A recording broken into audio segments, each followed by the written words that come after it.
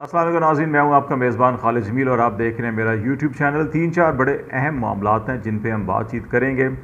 सबसे पहले इस बात पर इज़हार अफसोस ही किया जा सकता है कि पाकिस्तान में एक तरफ इतने बड़े पैमाने पर सैलाब आया और इससे 1000 से ज़्यादा कीमती जानें ज़ाया हुई और लाखों अफराद जो हैं वो बेघर और इतनी ही बड़ी तादाद में लाखों एकड़ ज़ेरे जो अराज़ी है वो ज़ेरे आब है। ऐसी सूरत हाल में जहाँ पे पहले ही पाकिस्तान के अंदर वसाइल बहुत महदूद हैं और इंटरनेशनल कम्युनिटी से बार बार मदद की अपील की जा रही है, इन हालात में सिंध से इस किस्म की इतलात जो आ रही हैं कि इमदादी सामान को निजी गोदामों के अंदर और अपनी पार्टी के जो उनके पीपल्स पार्टी के जो कायदीन हैं उनके गोदामों और मिलों के अंदर जो छुपाया जा रहा है, ज़ख़ीरा अंदोज़ी की जा रही है, इसकी जितनी भी अल्फाज में मज़म्मत की जाए वो कम है। अभी डिप्टी कमिश्नर कंबर ने नसीराबाद में रेड किया और वहाँ पर 1500 से ज़्यादा ख़ैमे जो मुत्तहिदा अरब अमारात की हुकूमत ने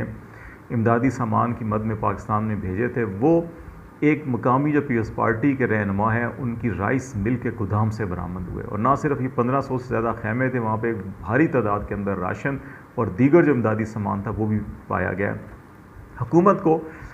इस वक्त क्रेडिबिलिटी का क्वेश्चन जो है कि ऐसे ही नहीं है कि हमें आलमी सतह के ऊपर जो है बार बार सुबकी का सामना करना पड़ रहा है और हमारी अपीलें रायगां गई। इवन कि यूनाइटेड नेशन के सेक्रेटरी जनरल ने पाकिस्तान का 2 रोज़ का दौरा किया और फिर अपील दोबारा की कि इंटरनेशनल कम्युनिटी जो है वो पाकिस्तान की भरपूर मदद करे कि 30 अरब डॉलर से ज़्यादा का पाकिस्तान की मईशत का नुकसान हुआ है, लेकिन हमें रिस्पांस बड़ा पुअर मिल रहा है। उसकी वजह शायद हमारे यही अमाल हैं, हमारी जो सियासी क़यादतें हैं उनका ये अमाल है कि हम इस अज़ाब की घड़ी में भी, इस मुश्किल आफत की घड़ी में भी हम अपनी गरीब आवाम की मदद की बजाय जो है कि अपने गोदाम भर रहे हैं और इन्हीं को फिर बाद में हम कीमती निरखों पर जो है कि वो मार्केट में बेचे जाते हैं। इस पे हुकूमत पाकिस्तान को, सूबाई हुकूमतों को सख्त कवानीन बनाकर सख्त सज़ाएँ मुकर्रर करनी चाहिए और इनको संगीन गैर इंसानी जराइम में शामिल करना चाहिए ताकि इस किस्म के वाक़यात का ना सिर्फ अभी बल्कि मुस्तकबिल में भी तदारुक किया जा सके। दूसरा मामला जो इंटरनेशनल सुबकी के ही तनाजुर में ही है, प्राइम मिनिस्टर शहबाज शरीफ साहब शंघाई कोऑपरेशन ऑर्गेनाइजेशन के इजलास में शिरकत के लिए उज़्बेकिस्तान के जो शहर है समरकंद वहाँ पर गए हुए हैं, जहाँ पर उनकी आलमी रहनुमाओं से जो SCO के हेड ऑफ़ स्टेट्स हैं उनके साथ मुलाकातें हो रही हैं। इसमें जो उनकी रूस के सदर प्यूटन से मुलाकात हुई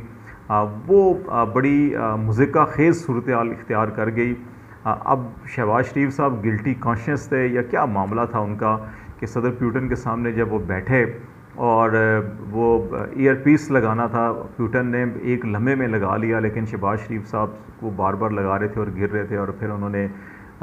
मदद के लिए पुकारा और एक मिलिट्री यूनिफॉर्म में ऑफिसर्स जो है गालिबन पाकिस्तान के ही होंगे और मिलिट्री सेक्रेटरी या इनका जो मिलिट्री सेक्रेटरी स्टाफ है उनमें से, उन्होंने इनके कान में लगाया और फिर गिरा और फिर दोबारा लगाया। लगता यह है कि शहबाज शरीफ साहब को इस मीटिंग के कंटेंट के हवाले से तो शायद ब्रीफ कर दिया गया था कि जी कि आपने क्या बात करनी है या क्या बात हो सकती है और क्या कलमात अदा करने हैं, लेकिन ट्रांसलेशन के लिए अमूमन होता यह है कि जो मुतरजम होते हैं वो मुलाकात में साथ पिछली नशिस्त पे बैठ जाते हैं और जो भी बात होती है वो साथ साथ उसका तर्जमा करते रहते हैं। लेकिन इस दफ़ा रशियंस ने या उज़्बेक्स ने आई डोंट नो कि ये शरारत की है या क्या किया है कि ईयर पीस लगाए गए जो शहबाज शरीफ साहब से काबू नहीं पाए जा रहे थे और लगता ये था कि शायद वो जो अमरीकी रजीम चेंज साजिश के तनाजुर के अंदर जो सब कुछ पाकिस्तान में हुआ उसके तनाजुर में शायद कहीं लाशऊर में शहबाज शरीफ साहब की कुछ चीज़ें बैठी हुई थी जो उनको डिस्टर्ब कर रही थी और जिसकी वजह से उनके हाथ पांव फूले हुए थे और प्यूटन जो है वो भी इस सारी सूरत हाल के अंदर हंसते मुस्कुराते रहे। मेरा ख्याल है कि हमारे फ़ॉरेन ऑफिस को और हमारी जो मुतल्लिका हुकाम है उनको इस सारी सूरत हाल से पहले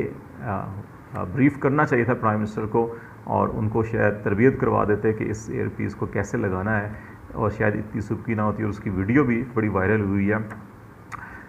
एक और बड़ा अहम मामला जो है वो शहबाज गिल साहब की रिहाई और इमरान खान साहब की जो दहशतगर्दी पे मुकदमा है उसके हवाले से जो इस्लामाबाद हाई कोर्ट के अंदर हेयरिंग हुई, इसमें चीफ जस्टिस अतर मिनल्ला के रिमार्क्स जो हैं बड़े वाज़ेह हैं। शहबाज गिल साहब के हवाले से तो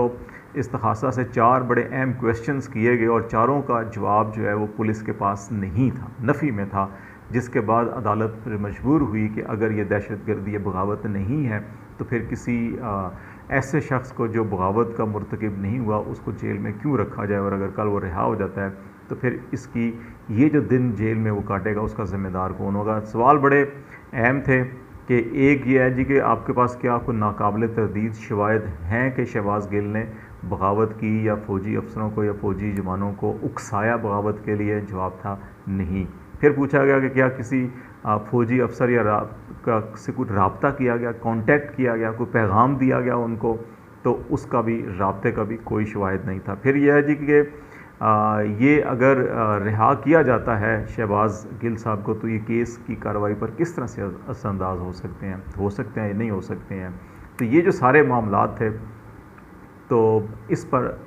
पुलिस के पास कोई ठोस दलील, कोई ठोस मौक़िफ़ नहीं था, जिसके बाद अतर मिनल्ला साहब ने कहा कि शहबाज गिल साहब को मज़ीद जो है जेल में रखना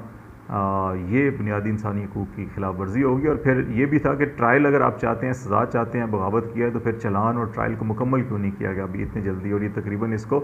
9 अगस्त को उनको अरेस्ट किया गया था। 38 दिन, आलमोस्ट 40, जिसको हम अपने चिल्ला भी कहते हैं और जिसको लोग छिल्ला भी कहते हैं और